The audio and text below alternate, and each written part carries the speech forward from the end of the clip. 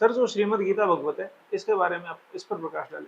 श्रीमद् भागवत गीता एक संपूर्ण विश्व को जो भगवान कृष्ण की एक अनुपम भेंट माना जाना चाहिए।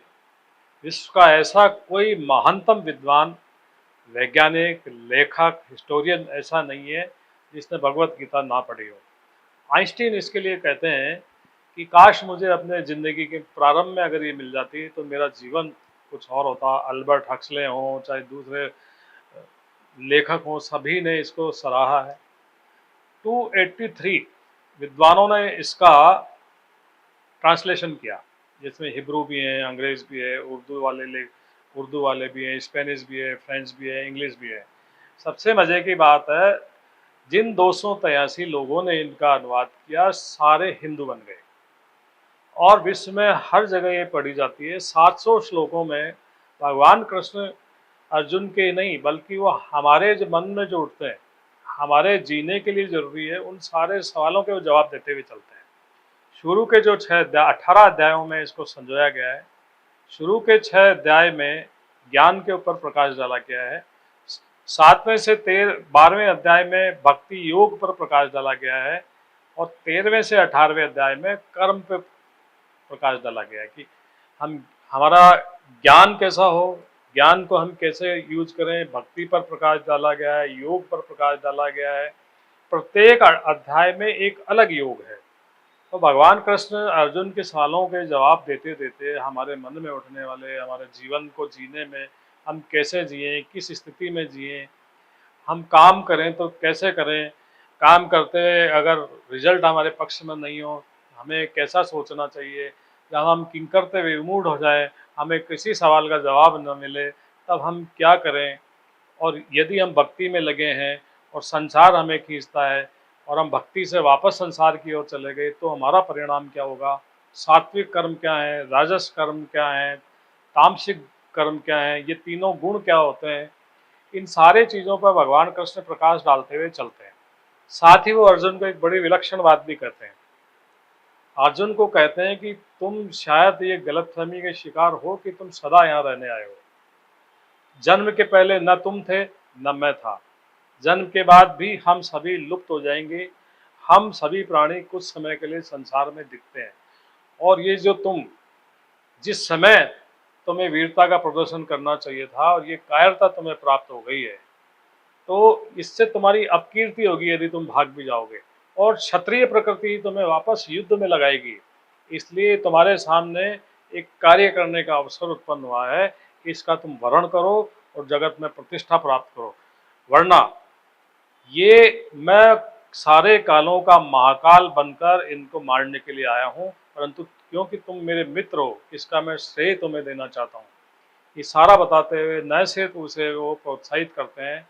इसके बाद अर्जुन के सवालों के जवाब देते हुए विराट रूप बताते हैं, अपनी सारी विभूतियाँ बताते हैं कि मैं क्या क्या श्रेष्ठता है मेरी। उसके बाद भी वो बड़ी विलक्षण सी बात कहते हैं कि अधिक जानने में अर्जुन तेरा क्या हेतु हो सकता है। ये सारी जो माया है जो तू देखता है, ये तो 1% है जो मैं अपनी एक उंगली पर धारण करता हूँ। इसके अलावा इसमें ज्ञान, दर्शन, विज्ञान भी मिलता है। जैसे एक सवाल है जो मेरे विज्ञान का विद्यार्थी होने के नाते हमेशा मेरे मन में घूमता था कि न्यूटन ये तो कहते हैं कि गुरुत्वाकर्षण बल होता है हर एक चीज़ का, पृथ्वी का गुरुत्वाकर्षण बल है, लेकिन ये गुरुत्वाकर्षण बल क्यों है, किसके कारण आता है, ये न्यूटन नहीं बता पाए। ये भगवान कृष्ण उसमें 9वें अध्याय में उत्तर देते हैं कि पृथ्वी में प्रवेश करके सारे प्राणियों की जो धारण शक्ति है वो भी मैं ही हूँ। इस तरह अनेक प्रश्नों का उत्तर देते हैं। इसके विभिन्न जो श्लोक हैं, इसको वेस्ट के वैज्ञानिकों ने पढ़ करके, डिकोड करके उनकी अपनी थ्योरीज बना ली और नोबेल अवार्ड्स ले लिए। ऐसे अनेक श्लोक है जिनसे उन्होंने थ्योरी बना के नोबेल अवार्ड्स लिए। तो ये भगवान कृष्ण की एक ऐसी वाणी है जो सारे सवालों के जवाब देती है, दर्शन को समझाती है, विज्ञान को समझाती है, ज्ञान को बताती है, हमें जीवन जीने का बहुत ही विलक्षण मार्ग दिखाती है। और अंत में भगवान कृष्ण अर्जुन को ज्ञान देते हुए कहते हैं कि तू मुझ में मन वाला हो जा, मुझे नमस्कार कर, फिर तू मुझे ही प्राप्त हो जाएगा। वो ये कहते हैं कि यदि आपकी पूर्ण सरेंडरनेस है तो तुम्हारे सभी अच्छे कामों का चार्ज मैं ले लेता हूँ। 9वें अध्याय के 22वें श्लोक में वो कहते चलते हैं कि तू नित्य निरंतर मुझे स्मरण कर, कि तेरी प्राप्ति का भार और अप्राप्ति जो तुझे नहीं हुआ, जो प्राप्त तुझे हो गई उसकी रक्षा, अप्राप्ति का तुझे जो दिलाना है उसका भार भी मेरा होगा। ये सारा वो कहते चलते हैं। इसके साथ साथ एक प्रश्न का जवाब और उन्होंने इसमें दिया है। जैसे कई लोग मंदिर जाते हैं, कोई नहीं जाता है, कोई घर में पूजा करता है, कुछ मन में करता है। तो कहते हैं कि सारे प्राणियों के मैं हृदय में निवास करता हूँ। तो वो हमारे हृदय में निवास करते हैं, ये उन्होंने गीता में 5 बार कहा। इसी तरह से अनेक सवालों के जवाब लोगों के मन में आते हैं कि मैं स्वच्छ नहीं हूँ, नहाया नहीं हूँ, यहाँ बैठा हूँ, वहाँ बैठा हूँ, तो क्या मैं भगवान को स्मरण कर सकता हूँ?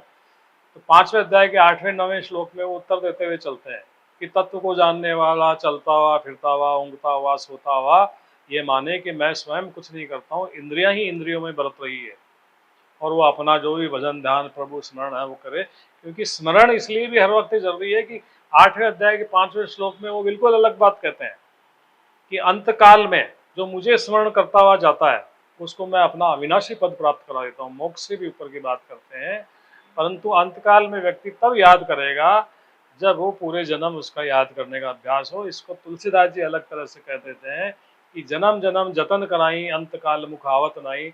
मुनि लोग जिंदगी भर जन्म जन्म तक जतन करते हैं कि मरते समय मेरे मुंह से भगवान राम का नाम निकल जाए, परंतु नहीं निकलता। इसके आगे वाले 9वें श्लोक में भगवान फिर अलग चीज कर देते हैं कि अंत काल में जो व्यक्ति जिस भाव से भावित होता हुआ जाता है, अगले जन्म में मैं उससे उसका उसी भाव से संबंध करा देता हूँ। यानी कि कोई कुत्ते को सोचता हुआ, जैसे हमने घर में कुत्ता पाला हुआ है, कुत्ते को सोचता हुआ मर गया कि मेरी बाद क्या होगा, तो अगले जन्म में हो सकता है कि उसको कुत्ते का जन्म मिले। ये बात भागवत में जो राजा जड़ भरत जी हैं उनके संस्मरण से सत्यापित हो जाती है। जब जड़ भरत जी अंतकाल में एक हिरण के बच्चे में मन रखते हुए मृत्यु को प्राप्त करते हैं, तो अगले जन्म में उनको हिरण का जन्म लेना पड़ता है। तो भगवान कृष्ण गीता में ऐसी ढेर सारी चीजें बताते गए हैं जो भारत का एक विलक्षण ग्रंथ है।